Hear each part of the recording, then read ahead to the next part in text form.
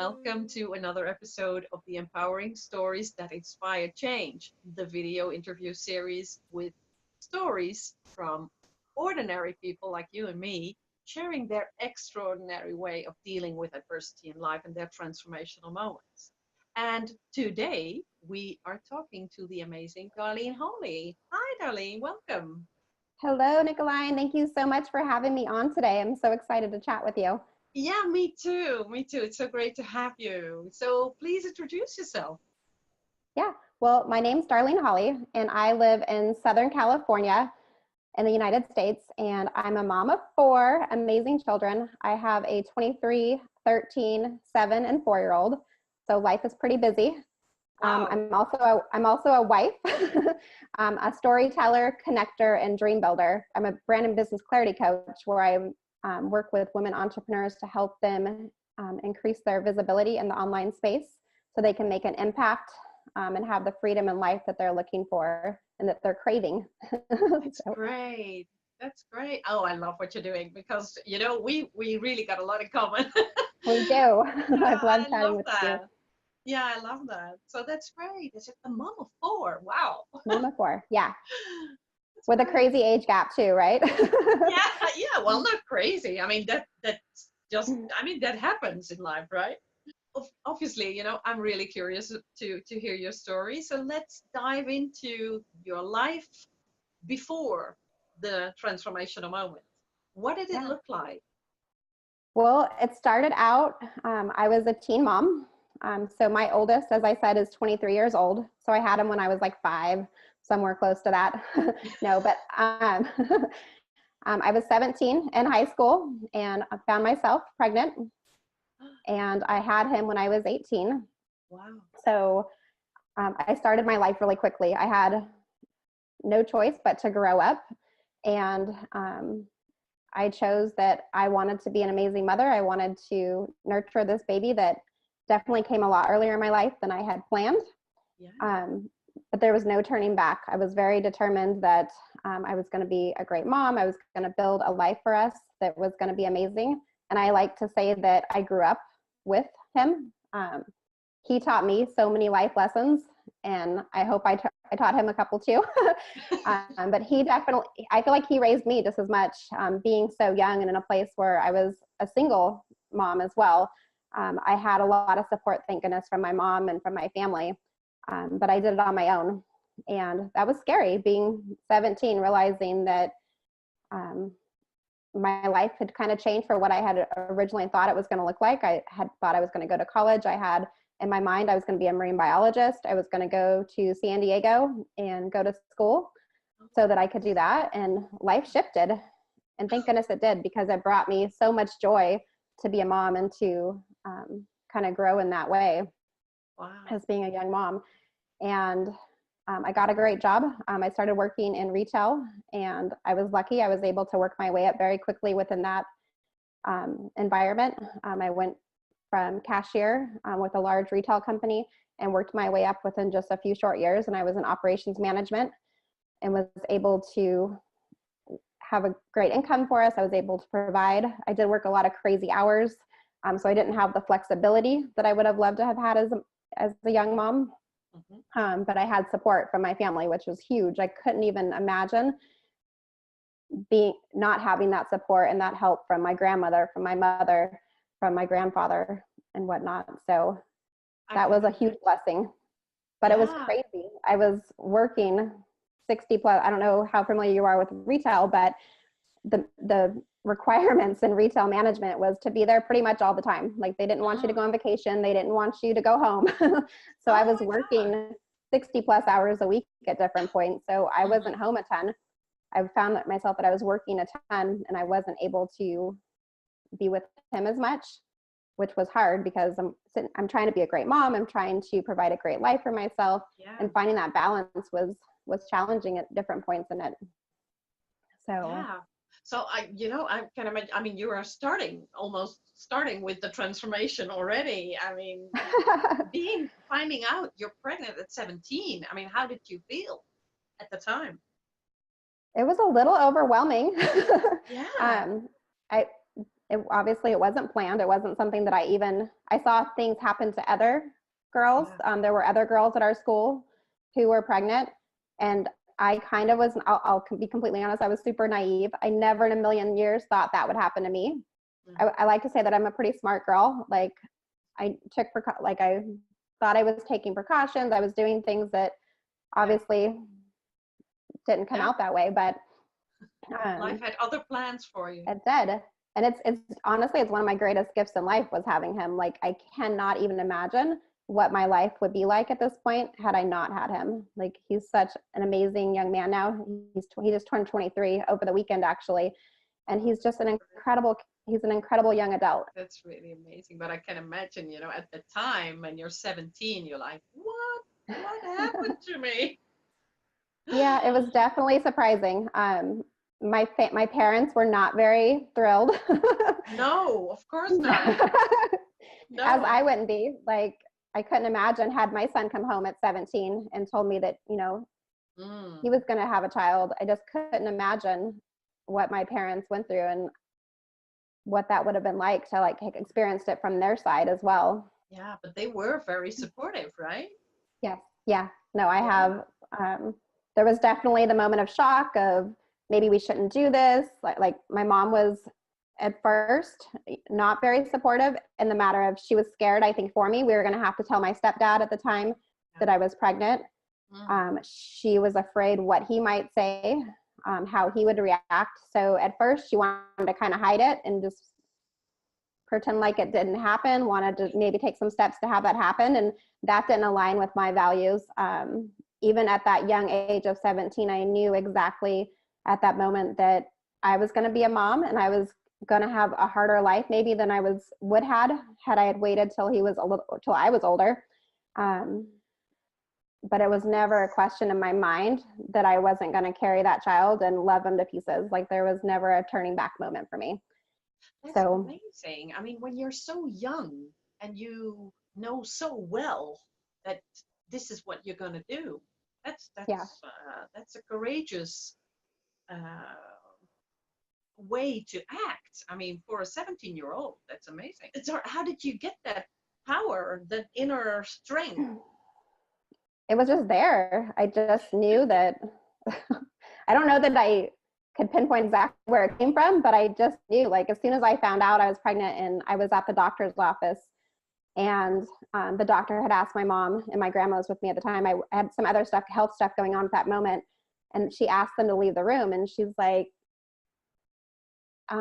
you're pregnant. And I had, I wasn't sure how to respond because I didn't know that I was. I didn't think that not that I couldn't be, but it wasn't going to happen to me. Like that story was not a story that was going to be mine. Yeah. So when she asked them to leave the room and she told me that I was pregnant, she's like, I can tell them, like, we can have them come back in and I'll be here to support you and you can tell them. Or, she gave me like a 48-hour timeline before I had to come back to the doctors. And if I didn't tell them, she was going to have to, because back in those days, if you were under 18, the doctor had responsibility to tell, where it's a little different nowadays. Now at 12 years old, the children don't even have to tell their parents what's going on from the doctor's side. So I chose to go home and I sat with it I waited till probably the 23rd hour before we were going to have to go back. And I remember sitting down and telling my mom, and, she was emotional. She was, upset and worried, but it wasn't, once we got through talking to my stepdad and telling him, and he surprised us both, to be honest. We sat at the dinner table and my mom was like, Darlene has something she wants to tell us. We have some stuff that we need to talk about. And I remember scared for my life, honestly. Like I had played it up so big in my head that I was going to be kicked out, that I wasn't going to have any help, any support. How was I going to do this? I knew I was going to keep the child. I knew I wanted to keep him, but I wasn't sure what that was going to look like. And instead of the response that I expected, he cried. Oh, really? Oh. So, and he got up and he got up and he hugged me and he said, it's going to be okay. We'll do whatever it takes to get you through this. That's lovely. And it just shows, like, people can change and what you think Yeah. their perception is going to be or how you think they're going to handle something. We don't give people credit enough, I think, for how we will respond or how they will respond. And so often, and that's been a life lesson for me for sure, because through my life now, I'm not as afraid to tell people what I'm feeling or what I'm thinking or what that could look like. Like, I'm braver now because I've seen two reactions. Like, my mom, who I thought would have cried and said, we can do this, was a little bit more fearful for me.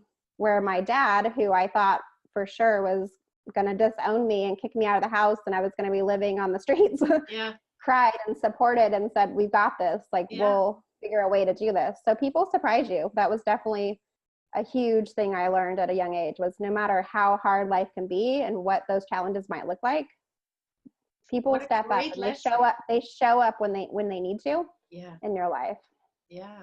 So what a great lesson to learn at such a young age already. Yes, it was, and it could have went so many different directions because, of course, your mind plays out every scenario possible. And so I was super blessed to have the support and the love that I needed. And I had help throughout all those younger years when I was a single mom. I was going to college. I was working full time. I needed support. I couldn't even imagine doing that without that support. It would have been a totally different story that I'm telling now had I actually got kicked out and had to figure things out completely on my own. So I was super blessed to have had support from my family, and my grandmother and my grandfather were huge supporters as well. After I'd had my son, Jonathan, my grandmother stepped up and she took him while I was in school and while I was at work. My mom and her would coordinate to help make sure they knew it was important to me that I wanted to go to college still, and I wanted to still go towards my dreams. And they were there to support me, which was amazing. I think it taught them a lot of lessons as well. Like, they knew that stuff that you don't think will happen to you can actually happen to you. So I think it was encouraging too, because they saw that I didn't just take it lightly. It wasn't something that I just took lightly as a grain of salt. Like, I took all of that in. Like, I took care of myself while I was pregnant. I made sure that finishing high school was a huge priority to me. I went to prom pregnant. I still did the same stuff that my friends were doing, and I did it, but I was pregnant. I was with child. I was going to have a baby. So it didn't slow me down. It didn't stop me. It just changed direction of kind of how I did things and how I looked at things. So I still made sure that I was playing like a child still. I was, like I said, I was going to school every day. I wanted to have that high school diploma. I wanted to be able to move forward and go to college. I knew I wanted to have a great life and be able to provide things. So, and luckily retail management was something that was able to give that to me. I was able to work full time. I went to college, and college kind of picked up and took off at different points. I never stayed completely in school, but it was something where it's always been an important part of me. I'm a lifetime learner, so I'm always still to this day. If I'm not working or hanging out with my kids, I'm reading a self-development book, or I'm watching a workshop, or I'm doing something, because I love to learn and take in that information and see how I can tweak my life and kind of take those next steps forward. So how did your life move forward then? I mean, you were a young mom, and you were working 60 hours a week, and then what happened?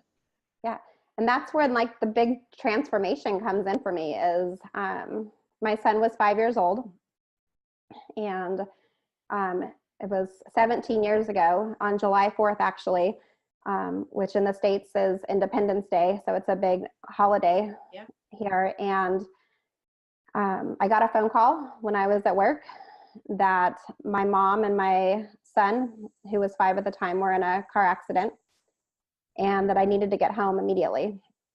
And I was living up in the Bay Area at this point, and my mom was in Las Vegas. I'm born and raised in Las Vegas, Nevada.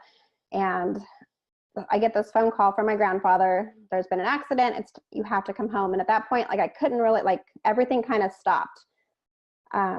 I worked in a high volume retail environment, which is go, go, go. And I remember just standing there, and it was like the world had stopped moving. And I remember quickly getting onto a plane. I don't even know how it happened. I remember giving my credit card to one of my best friends at the store, and she booked a flight for me. And I went home, packed a bag. I don't even know what I packed. I'm pretty sure nothing matched. Because I do remember later on having to go and like buy clothes once I got back to Las Vegas because I didn't have anything together. So I get on the plane and I'm heading back to Las Vegas. And as I'm walking onto the plane, like literally walking onto the plane, my sister calls me and tells me that my mom had passed. And so during this process of getting the phone call and packing my bag and driving about an hour and a half to the airport, I was on the phone the whole entire time calling hospitals, trying to find out what was going on, because my grandfather wasn't clear when he called me. He just knew there was an accident. They were being taken to the hospital, and I wasn't sure of any other information at that point. So I'm on the phone trying to find out, can't find out anything. Like, nope, they don't know. None of the hospitals had my mom's information. I was really frustrated because I just wanted to know what was happening. I needed some answers. And as I get on the plane, like literally walking on the plane, I remember getting the phone call. And she shares with me that my mom had passed away and that she was going to meet me at the airport and was going to take me to my son. And then we would talk about the rest at that point. And I just remember being on the plane, not the best place to be, like as you find out like that your world's been shaken to the ground. And I remember people just like the planes, everything stopped again. It was almost like everything in my life. It's like a slow-mo movie because I was completely open and exposed and vulnerable. I'm crying on a plane and I still don't have answers. I'm still confused and not sure exactly what had happened. But I get back, I land, my sister picks me up. She takes me to the coroner's office, which is where my mom was at that point, which I found out later. The reason I couldn't find what hospital my mom was at or my son was at was because she wasn't at a hospital. So that was kind of a different piece to take in. Like I couldn't find her. Like I literally was searching, trying to find her everywhere. And she wasn't there because she was at the coroner's office. And it was kind of surreal at that point too, because they wouldn't allow me to see her. She was in a car accident. So blunt trauma was what had taken her. So she did pass quickly. She wasn't in pain from what I hear. But they didn't want me to see her body. So then I kind of went into denial mode. I'm like, well, if I can't see her, this isn't happening. She's not dead. You're just like, you're like, someone's playing a horrible joke on me. This isn't surreal. And part of me was like, no, I think I need to see her to believe this. And they talked me out of it. I never did see her, which now in hindsight, it's probably for the best because I remember her for who she is, who she was, not for at that point. But yeah, and so my son, thank God, I still pray every day, and I'm so blessed and thankful that he was okay. He did have a little bit of surgery. He has some scarring on his head from hitting the window, but he was okay. So my 5-year-old was safe. So I was taken to the hospital and able to be with him. But it was just the next couple of weeks were a complete blur. But I learned so many like life lessons during that. I remember at my mom's funeral, I don't remember planning it. I don't know how it even all came together because I did all of it. But I remember, I guess you just kind of go into autopilot at that point when you have something so traumatic that happens and so unexpected. There was obviously, I don't know that it's easier if you know it's coming, but like not being able to prepare for it and not knowing that it was coming. It took me back. But I remember there was one of the memories that I have from the funeral. I don't remember every single thing, but I remember walking after the service. We were walking out to the burial site, and it was a decent walk, probably it was on site still, but it was probably like a block away from where she was being buried from the site. And I remember being up at the front and turning back and just seeing a sea of people. There was so many people that had come to celebrate and to be a part of, and people that she had impacted, that she had made cared for and loved on and connected with, and people had come from like, there was a group of friends of hers. She was on a yacht club, and there were people that were in their like their swim trunks and like their t-shirts, like were having a holiday weekend for the 4th of July and all of that as well. And they were still out on their trip. So they came in early to pay their respects and to be there. Like, and there was people from her childhood, friends that she had had forever. There was, we had a great family from all over the states that had come in, and it was just breathtaking. Like, I remember in that moment just looking back and being, wow, she was 49 years old when she passed. Wow. And in those 49 years, she had impacted so many people's lives. Yeah. And I knew in that instant that I wanted that too. Like, I wanted to be able to impact lives. Like, it totally made me start thinking about what kind of ways could I make a change in my life to make impact, to be the mom that I wanted to be. I didn't want to work those 60 hours a week anymore. I didn't want to miss those first steps or have to send my son to preschool and miss all these moments. And I knew in that instant that life was going to change. Like, I had to make an impact, leave a legacy. Life is so short. I just remember standing there in awe of how much we have a chance to impact those around us. And so I knew right there that life had to change. It's really, I've got really the shivers down my spine when you share this whole story. I mean, yeah, it's definitely stuff that, like I said earlier, like it happens to other people. That stuff doesn't happen. Like you hear that stuff happening and it happens every day, but you're never ready for it when it happens to you, and it's something that's put right in front of you. Yeah, exactly. And I think it's so beautiful what you're telling me about the friends and the family and all these wonderful people that she impacted, and all the people who attended her funeral. And it's so comforting, isn't it, to know that there are so many people who loved her too. Mm-hmm. And she was an incredible woman. So I found that I was able to stay really busy and had a lot of people around me, surrounding me. And then it got kind of quiet. And when I went back up to the Bay Area after everything was kind of finalized, and during the time, like literally right before this happened, I had taken a promotion with the company I was with, and I was going to do a new store opening. So I was moving. As soon as I got back up there, I was moving down to San Jose, California. Life had completely changed. And then I was going from a place where I had friends and, I'd made a lot of connections with my time up in Santa Rosa. And then I moved to San Jose, and it got really quiet.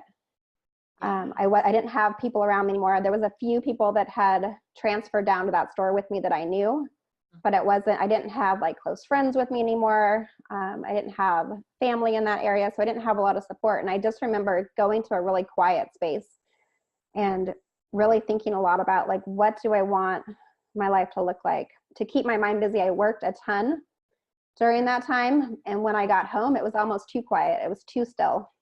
It's life-changing. Like, it literally just made me start thinking about, what is it that I want to do with my life? How do I want to spend my time? I knew I didn't want to work 60 plus hours a week. About a year after that had happened, I chose to move back home. So I went back to Las Vegas so I could be around family and have a bigger support system. That's what I needed at that time. I needed people to be around, to love on me, to have people who knew my story, kind of knew who I was, what I had gone through. Yeah. It's not something that's easy to conversation start when you move to a new town, when you're going through a lot. There's not a lot of people that you want to open yourself up to and to share that stuff with. So I went back home, which was perfect for me. I actually moved back in with my grandfather for about a year while I was having a house built. And it was so comforting just to be back in that space where I grew up. Having the comfort of that was great. How did you change your whole life, basically? What did you start doing for work, for instance? How did you manage? So when I left the job that I was at in San Jose, I actually I quit the company that I was working for. I just knew it was time for a change. And then when I got back to Las Vegas, I sat for about a month before I did anything. I didn't put job applications in. I didn't do anything. I just kind of sat and was figuring out who I was. I ended up taking on another retail job for about 2 years, but during that process, I started looking into ways that I could have the flexibility to work my own hours, to be there for my son when he would come home from school. I was missing all those pieces.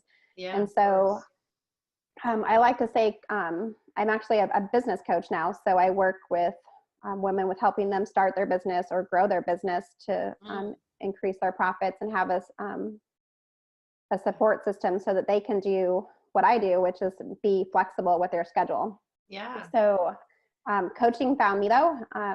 It's kind of funny. I took, when I was looking for a job, I had put a resume out and a company contacted me, and they were a franchise for business coaching. And I had no idea what a business coach was.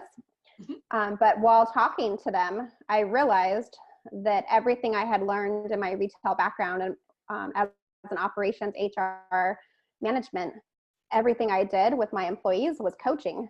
And as I'm talking to them, I'm like, I already do all this. I'm like, I've been coaching my employees. I worked specifically with them to either promote them within the company. And I was helping them take the stepping stones to help them get on track with where they wanted to go. And so it was a complete natural fit. I was like, I didn't even know this field existed, but it's something that was totally resonated with who I was and what I already was doing. So it was a perfect fit. So I was like, yes, please. This is perfect. This is exactly in alignment with who I am and what I want to do. Let's do it. Yeah. How did that, move you to where you are now, where you are today? Yeah. So I started my practice. It wasn't easy. Going from working in an environment where I knew exactly what I had to do when I had to do it, and then starting my own business was a little scary. Yeah, of course. I like to jump and I expect the net to appear, or leap. Like there's that saying, leap and the net will appear. Yeah. So I kind of did that. So I jumped out there, started my practice. I loved what I was doing. I got trained by the world's largest coaching franchise and got great training, had all the knowledge, information I needed to start my career. Yeah. And I started going out networking, meeting people, connecting. I loved coaching. I was getting a few clients here and there. The rest was history. And that's when I kind of really focused at that point on what it was that I wanted to do specifically and who I wanted to work with and who I wanted to make an impact with. And that's what led me to choosing to work with female entrepreneurs. I struggled a lot with the foundation of building a business, finding out exactly who my ideal clients were, what my niche was going to be, storytelling, how to authentically show up as your true self to grow your brand and your business. So those were areas that I struggled with when I first started. And so I spent a lot of time and attention focusing on those areas and kind of figured out my own secret sauce for how to make that a success. And now that's what I teach other women. So it's been life-changing. It's so, and having I have 4 children now. So my youngest is 4 and 7 and 13. So I'm now able to provide the lifestyle that I wish I could have when my oldest was younger. So I'm able to drop them off at school and pick them up from school. I'm able to schedule my clients in between when they're at school or when my husband's home later in the evening. So it's just a really great balance to be able to focus on my work and focus on my home life at the same time and really just have it all. That's great. That's great. So how does that make you feel? It's refreshing. It's kind of like taking a big breath of relief. I feel like at different points I was holding my breath in and not really expanding who I was and being who I wanted to be. And now I'm in a position to where I'm able to live the life that I want to. And if I have something going on, or if one of my children have an event, I'm able to be at their sporting events. I'm able to, pick them up, take them places, which is definitely that piece that when I had my oldest and I, when it was just the 2 of us, I hated not having the ability to pick them up, drop them off, tuck them in at night. And those are things that I just hold completely precious now. Like I lay in bed with my 4 and 7-year-old until they're asleep every night. And I love that I get to do that. It's so nice just to know that I'm able to be with them and, experience that. So it's been a great blessing. Yeah, that's great. So when you look back on everything that you went through and that you dealt with, what lessons could you share with our audience? Yeah, so my number one lesson is life is short. We are not guaranteed tomorrow. That was probably my biggest takeaway from losing my mom was you don't know. We don't know. I don't know what's going to happen Mm, tomorrow. I don't know what's going to happen a week from now, a month from now, a year from now. So just really hold on to those moments. Um, Enjoy, even with if they don't feel like they're, if it's part of your everyday routine and everyday life, like just enjoy the moment. Don't rush to like what's coming next or what's going to happen months from now or years from now. Just focus on the day to day and yeah, make memories. Find ways to make memories with your children, with your spouse, with your friends. Live life to the fullest because I don't know what tomorrow holds. yeah, That's probably one of my biggest takeaways. And then also never give up, focusing on your dreams. Just stay focused, um, making an impact. What kind of legacy do you want to leave?